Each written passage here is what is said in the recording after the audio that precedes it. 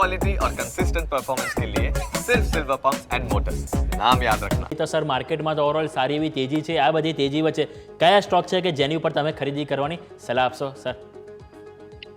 એક છે ATL Apollo tube. આ લેવલે પણ બાય કરી શકાય છે અને જો નીચે મળે છે 1450 લેવલે પણ આ સ્ટોકમાં એન્ટ્રી કરી શકાય છે. 1250 નો આમાં સ્ટોપ લોસ રાખવો જોઈએ. ઉપરમાં 1600 અને 1800 સુધીના લેવલ આ સ્ટોકમાં પોસિબલ છે, તો આ એક સ્ટોક રેડરમાં રાખવો જોઈએ. બીજો એક સ્ટોક હું રેકમેન્ડ કરવા માંગીશ, ઇન્ડિયન ઓઇલ કોર્પોરેશન.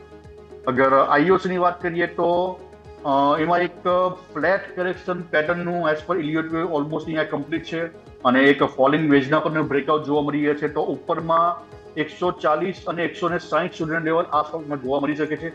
110 નો સ્ટોપ લોસ અમારે રાખવામાં રહેશે, તો આ સ્ટોકમાં પણ એક નજર કરી શકાય છે. તો આ બે સ્ટોક મારા તરફથી રેકમેન્ડ કરવા માંગીશ.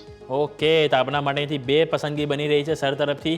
એક છે આપણે ઇન્ડિયન ઓઇલ કોર્પોરેશન કે જેની ઉપર તમારું ફોકસ હોવું જોઈએ. ટાર્ગેટ 160 ન રાખો અને સ્ટોપ લોસ 110 બની રહ્યો છે. આ વાતથી આપણે ઇન્ડિયન ઓઇલ કોર્પોરેશનની એટલે બંને સ્ટોક છે કે જેની ઉપર તમારી ફોકસ હોવું જોઈએ. સર હવે સ્ટોક સ્પેસિફિક આજે ખાસી એવી એક્શન આજે આપણને જોવા મળી હતી.